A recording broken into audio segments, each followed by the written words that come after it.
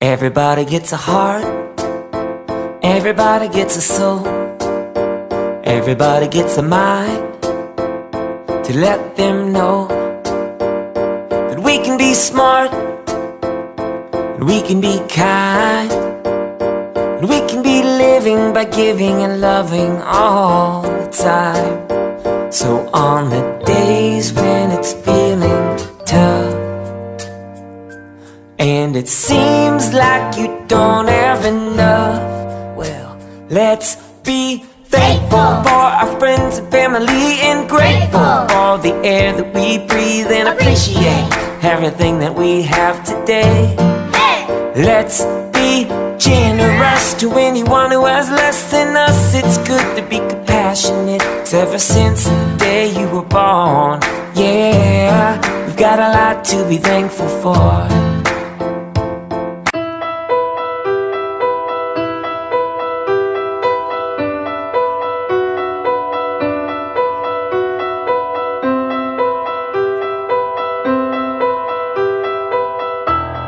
You know, there are some stories that just stay with you, that you hear as a kid and they never really leave.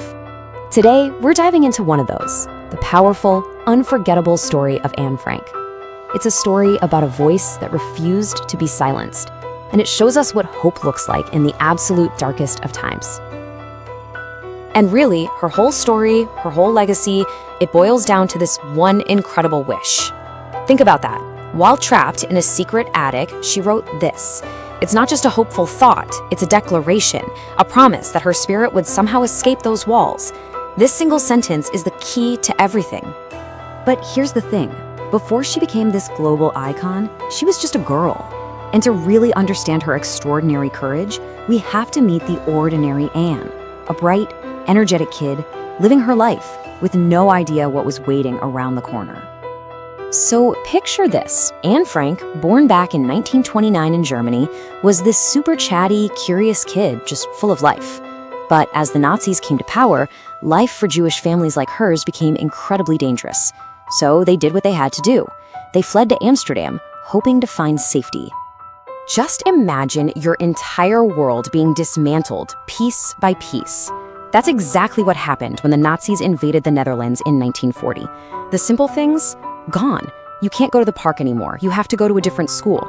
You're forced to wear a yellow star, marking you as different, as less. It was this slow, terrifying process of being erased from your own life. So, with the threat of being arrested and sent away getting worse every day, the Frank family made a choice that is just unthinkable. They decided to disappear. And that decision leads us to the part of her story we all know, life in the secret annex. In July of 1942, they did it. They just vanished into a secret apartment hidden behind, of all things, a moving bookcase in her dad's office building. And they weren't alone. There were 8 people crammed into that tiny space: the Franks, the Van Pels family, and a dentist named Fritz Pfeffer. Their survival was only possible because 4 unbelievably brave friends risked everything to smuggle them food, books, and news from the outside world. 761. Let that number sink in. 761 days. That's over 2 years. 2 years of having to be completely silent during the day. 2 years of constant fear, jumping at every noise from the street below. 2 years without feeling sunshine on your face. Just trapped.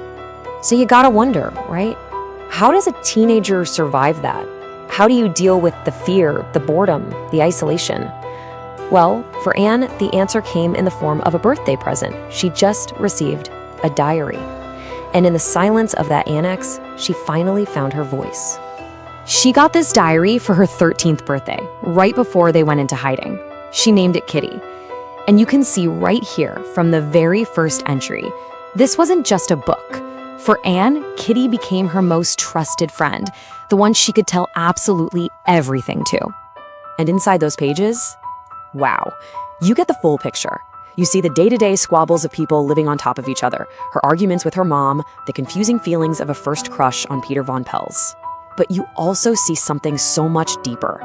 A brilliant young mind trying to figure out who she is, dreaming of being a writer, and somehow holding on to the belief that people are still good at heart.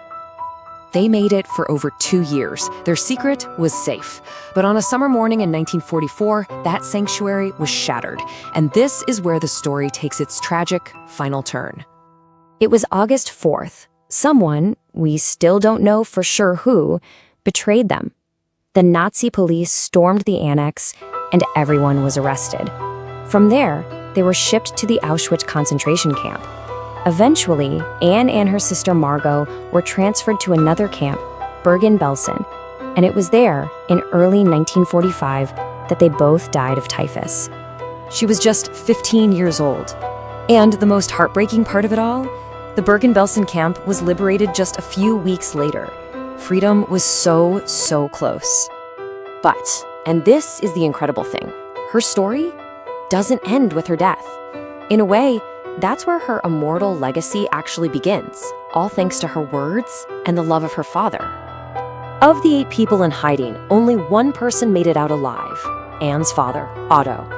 When he returned to Amsterdam after the war, their helper, Miep Gies, gave him Anne's diary, which he'd saved from the ransacked annex. Reading it, he discovered a daughter he never fully knew. He realized her dream to be a writer had to come true, and he made it his life's mission. And what happened next? Well, nobody could have predicted it.